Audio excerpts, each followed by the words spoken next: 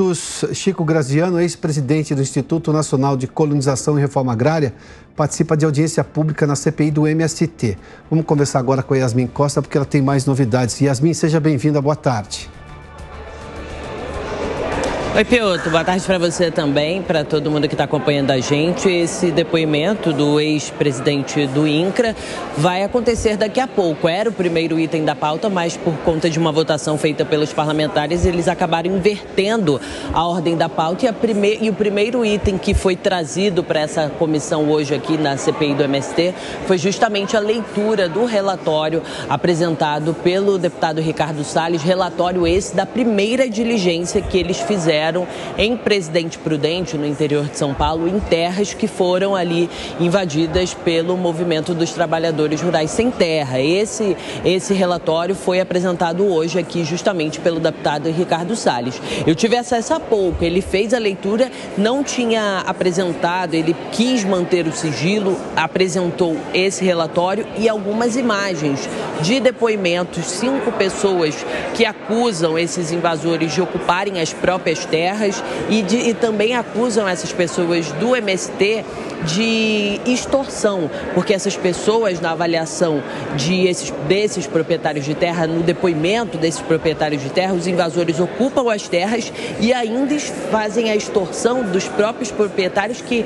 ficam impedidos de entrar e ainda precisam pagar uma espécie de taxa se eles quiserem, por exemplo, Piotr, retirar o gado lá de dentro dessa propriedade rural. Eles precisam pagar para retirar o gado, retirar a plantação, a safra de milho. Teve uma senhora que falou que ela tinha uma propriedade que plantava milho e soja. Se ela quisesse retirar toda a safra, colher essa safra, ela precisou pagar ali também para conseguir retirar essa produção dela. Inclusive, a gente separou um trechinho desse depoimento que foi prestado lá no interior de São Paulo, na delegacia, aos delegados e também aos membros dessa CPI aqui do MST, e a gente separou um trechinho de uma fala de uma das senhoras, o nome dela é Nancy Maria, ela é vítima de uma invasão de terras e ela conta como foi esse momento e como ela tem vivido diante desse cenário. Vamos ouvir o que ela disse.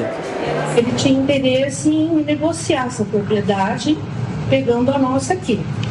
Mas aí eu fui ver essa propriedade, eram pedaços, não tinha nem caminho para entrar. Aí, nisso tudo, eu não demonstrei interesse. Falou que também não tinha registro, mas que hoje em dia não se precisa de registro, que só escritura. Aí ele falou, é melhor você negociar com o Sem Terra, com o Rainha, o Zé Rainha. Aí nisso o Zé Rainha mandou recado, que ele queria 2 milhões e 20 alqueires de terra. Eu falei, jamais eu vou acender uma chantagem dessa.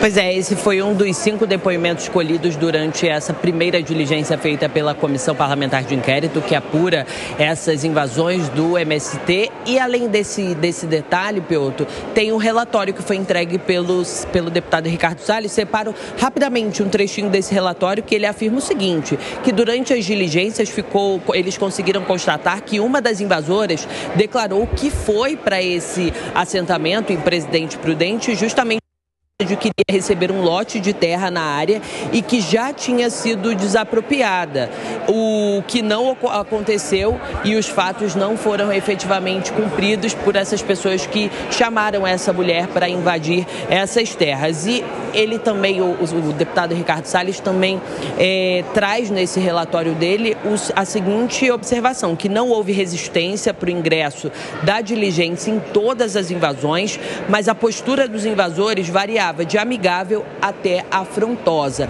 E o que ele concluiu aí também nesse relatório é o seguinte, que muitos desses acampamentos eles eram montados, as casas de lona estão vazias, era uma forma, na avaliação deles, é uma forma de só delimitar esses locais e muitos desses locais são somente ocupados nos finais de semana. As pessoas dizem que estão ali, que não tem terra, que lutam pela propriedade, pela distribuição de terras, pela reforma reforma agrária, mas muitos deles vão para as suas casas e só voltam aos finais de semana. A partir de agora, eles vão continuar essas diligências. Lembro, é a primeira, agora ainda está acontecendo essa comissão parlamentar de inquérito, a CPI do MST, que vai ouvir ainda hoje o ex-presidente do INCRA, e para a semana que vem ainda tem a questão envolvendo a votação de muitos requerimentos para convocação, convite de pessoas, porque a ideia dos parlamentares é realmente trazer robustez para essa CPI. Eles estão aí avançando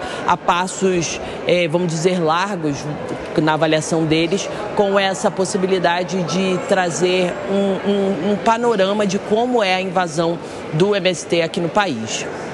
Bem, só para a gente esclarecer, deixar obviamente sem dúvidas, quando aquela mulher que prestou depoimento lá na delegacia, estava lá o Ricardo Salles, que é o relator da CPI do MST, que ela dizia que ela tinha que pagar para tirar o gado, para tirar a produção de milho, enfim, ela pagava para quem? Eles falam que eles têm um esquema, mas além dela, outras pessoas, como eu disse, também prestaram esse depoimento para a polícia e para os parlamentares que fazem parte da CPI. Eles falam que tem uma espécie de hierarquia e eles passavam esses recursos para líderes, que se intitulavam líderes, mas recebeu recados diretos do líder maior, vamos dizer assim, do MST, agora da Frente Nacional de Luta do Campo, o Stablet, o Zé Rainha, melhor dizendo, que lembra, inclusive, né, Piotr, teve a prisão revogada por uma decisão do Tribunal de Justiça de São Paulo, e ela falou que recebeu recados dele também, cobrando aí uma espécie de propina, vamos dizer assim, para utilizar a própria terra. Tá, vamos lá. Só para esclarecer um ponto importante que a Yasmin nos trouxe, dentro da lógica na democracia, numa república, nós temos o governo, que é a parte executiva do Estado, que sim pode cobrar impostos e cobra impostos para alimentar, obviamente, e financiar obras públicas e tudo mais. E tem a sociedade, que podem ser empresas, pessoas físicas que pagam os impostos.